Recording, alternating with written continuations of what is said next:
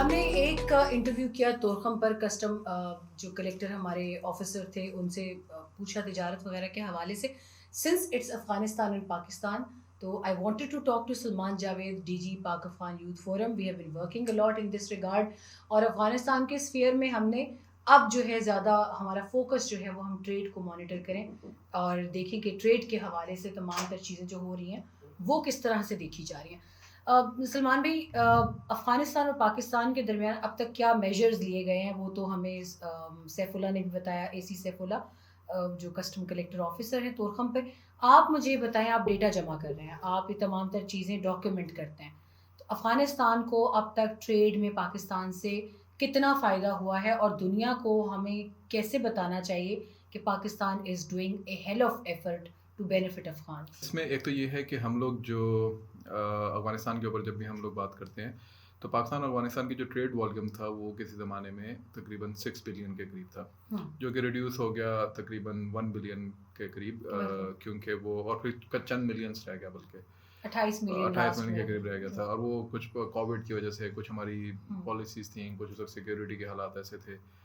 ابھی جب 15 اگست کے بعد طالبان نے ایک ٹیک اوور کیا وہاں پہ، تو پاکستان نے جہاں ان کے لیے ان کے جو ہیومینیٹیرین گراؤنڈس پہ ان کے لوگوں کو فیسیلیٹیٹ کیا، وہاں پہ جو سب سے زیادہ پاکستان نے ان کو سپورٹ کیا وہ ان کی ٹریڈ میں کیا ہے. کیسے؟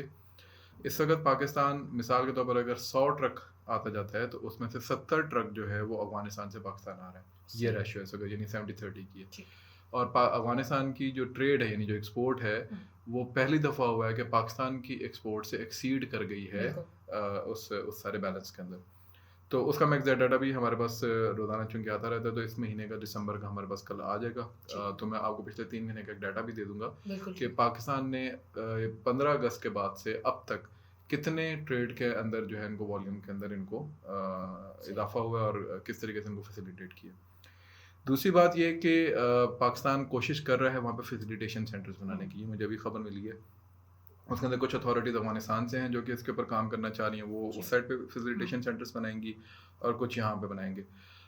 دیر از نو ڈاؤٹ کہ there are lot of issues. آپ بھی دیکھ کر آئیں گے وہاں پہ کچھ مافیاز بھی ہیں، کچھ اور بھی ایلیمنٹس ہیں جو کہ اس کو نہیں ہونے دینا چاہتے، کیونکہ ان کے اپنے مقاصد ہیں اس کے اندر کہ بھائی جیسا ایک کیوس وہاں پہ مچا رہے، کیونکہ اس کے اندر ان کے اپنے کام چل رہے ہوتے ہیں.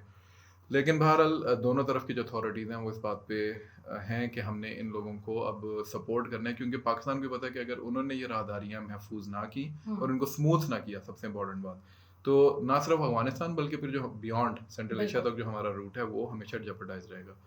اور ٹریڈر کی سب سے بڑی جو ضرورت ہوتی ہے وہ ہوتی ہی یہی ہے کہ اس کی کم سے کم کاسٹ کے اندر چیز جو ہے وہ اینڈ مارکیٹ تک پہنچ جائے. تو اگر اس طرح کی اس کو نہیں مل رہی تو ڈیفینیٹلی وہ پھر ہماری ٹریڈ جیپرڈائز ہوگی. تو دونوں طرف کے ممالک اور اتھارٹیز اس وقت اس پہ کام کریں. اس وقت امبیسڈر صادق نے تقریباً 14 ٹورز کیے ہیں تورخم کے صرف.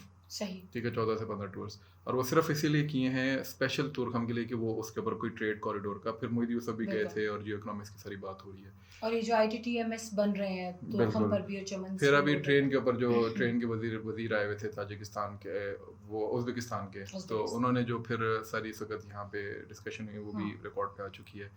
تو یہ تمام وہ ایلیمنٹس ہیں جس پہ پاکستان، افغانستان اور بیونڈ ہم لوگ دیکھ رہے ہیں، آئے کر رہے ہیں کہ کسی طریقے سے اس سارے کوریڈور کو دوبارہ سے ریوائیو کیا جا سکے. لیٹس ہوپ کہ اس کو پھر ہم آگے بی آر آئی اور سی پیک کا جو ہے وہ کتنا اسکوپ آپ دیکھتے ہیں کہ that will cross into Afghanistan. ہم نے پچھلے دنوں یہاں پہ ڈاکٹر طلعت کو بلایا تھا. ڈاکٹر طلعت شبیر ISSI میں ہوتے ہیں جو کہ پاک چائنا اسٹڈی سینٹر کے ڈائریکٹر ہیں. یہ ہے very good I on this subject. تو میں نے ان سے یہی سوال کیا تھا ایگزیکٹلی. تو ان کا جو جواب تھا وہ یہ تھا کہ there is a huge potential in extending CPEC towards Afghanistan. China is willing, but the issue is the capacity. The capacity is not there in Afghanistan because اتنی capacity تو even پاکستان میں نہیں ہے کہ وہ اتنا بڑا وینچر جو اس کو سنبھالے. تو we are gradually building our capacity. اس لیے CPEC پہ آپ دیکھتے ہیں تھوڑا سا لل پیریڈ بھی آ جاتا ہے. لیکن جو ابھی افغانستان ہے اس سے ڈیفینیٹلی بات ہو چکی ہے کیونکہ ایران سے آلریڈی ڈیل ہو چکی ہے. تو ابھی افغانستان کے ساتھ جو بات ہوئی وہ یہ ہوئی ہے کہ اگر CPEC وہاں پہ ایکسٹینڈ ہوتا ہے تو پہلے اس کی کیپیسٹی بلڈنگ ہوگی. تو پہلے تو افغانستان کا اس وقت امیڈیٹ ایشو ہیومینیٹیرین کرائسس ہے، وہ ہوگا. پھر گورننس آئے گی، گورننس کے بعد کہیں جا کے پھر ایسا کوئی ٹریڈ وینچر جو ہے وہ ہوگا. ابھی انہوں نے ڈاکٹر عبداللطیف ندوی جو ہمارے بورڈ آف مینٹورس میں سے بھی ہیں ہمارے ادارے کے، ان کو ڈپٹی فائنانس منسٹر وہاں پہ انہوں نے بنایا ہے.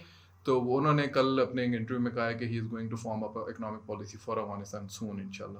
تو اس میں ڈیفینیٹلی میرا بلکہ ان کے ساتھ ایک ابھی ہمارا لیکچر بھی آ گیا نا تو آئی آسک ہم ایز این دس کوسچن, اور اس میں ہم دیکھیں گے کہ وہ سی پیک کو کس طریقے سے دیکھ رہے ہیں اور کیسے وہاں پہ لگے لیکن they are very very much interested in دس.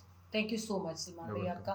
اب یہاں پر بی آر آئی اور سی پیک کے حوالے سے بات چیت تو بہت چل رہی ہے, لیکن دیکھنا یہ ہے کہ آگے افغانستان کی اپنی اندرونی طاقتیں کتنی جلدی افغانستان کو ایک کیوٹک سچویشن میں سے نکال کر ایک سسٹینیبل سچویشن میں لے کے آتی ہیں, کیونکہ اس میں امیجیٹ نیبرز میں سے کسی کا اتنا فائدہ نہیں ہے جتنا خود افغانستان.